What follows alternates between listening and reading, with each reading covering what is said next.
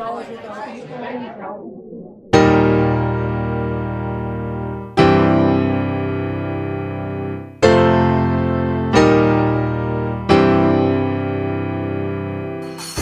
computer mouse is the backbone of any graphical user interface.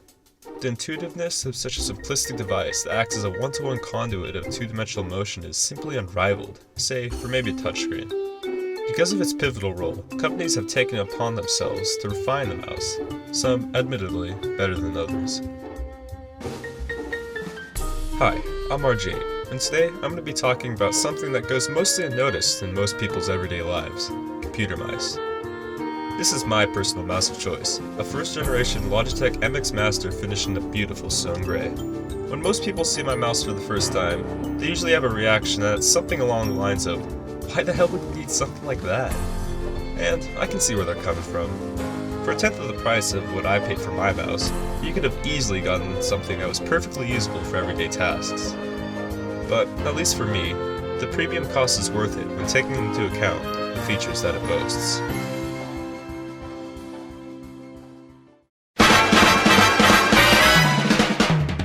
The most compelling feature of my MX Master is ergonomics. A poorly designed mouse can lead to hand cramps, or, in a worst case scenario over extended periods of usage, carpal tunnel syndrome. A good mouse should fit perfectly in your hand, and encourage good posture. Another thing that my MX Master excels at is buttons. There are a total of 7 buttons on my mouse, if you include the ratchet toggle for the scroll wheel. The primary and secondary buttons are where you'd expect them to be, albeit at a slight slant for the sake of ergonomics. The tertiary button is underneath the scroll wheel and is mainly used for moving around 3D modeling software like Blender, or quickly scrolling down a long document. The 4th and 5th buttons are on the side of the mouse, next to your thumb. These are mostly used for switching to the previous or next page on a website. The 6th button is what Logitech calls the gesture button, and can be programmed to do whatever you want. I currently have it set to pull up my virtual desktops, so I can easily switch between windows. It's activated in a unique way, where you press down on the table until you feel a solid click underneath your thumb. The 7th and final button is used for toggling the ratchet on the main scroll wheel. Speaking of the scroll wheel, you might have noticed that the MX Master actually has 2 of them. The first one acts as a normal scroll wheel, except for the fact that it ratchets when you spin the wheel at high speeds, letting you move it more freely. Also, it makes a great fidget.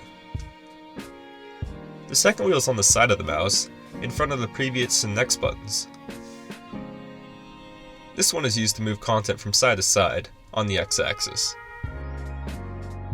Anyways, that's enough about my mouse. The first computer interfacing device that resembles a modern pointer was created in 1946, and was part of a radar plotting system.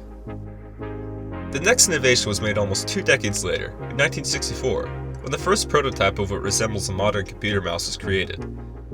Its demonstration went on to be known as the mother of all demos, where the mouse prototype was shown to move objects around screen, highlight text, and resize windows. This was the first time that an integrated system for manipulating text on the screen was presented publicly. And at the end of the demonstration, Douglas Engelbart, the creator, was given a standing ovation. Which leads us into the modern day with optical sensors. The first mass-marketed optical mouse was the Microsoft IntelliMouse, which was put on sale in 1999 for the price of $74.95. It worked on almost any surface, and was a welcome upgrade to the old ball-style mice that would get packed with dirt over time, leading to tracking issues. With the now widespread popularity of the optical mouse sensor, manufacturers were looking for a way to stand out from their competition. And, in April 2004, Razer found the answer with their Viper mouse, DPI. DPI, or dots per inch, is a measure of how sensitive a mouse is. The main advantage of having a higher DPI mouse was for gaming, where having a faster response time could give you an upper hand in FPS games like Counter-Strike. Various manufacturers kept on trying to one-up each other by coming out with new sensors that were capable of even higher numbers. And in September of 2011, SteelSeries released a ludicrously high DPI mouse by the name of the Sensei, clocking in at over 11,000. There are thousands of different mice available on the market today, and trying to go out and make the right choice can be a bit overwhelming. But there are resources to find out what mouse is best for you. If you need help, go check out the subreddit r/mousereview, which has almost 90,000 members. Or if you want to get more into the PC hobby as a whole, I would suggest looking at r/PC Master Race.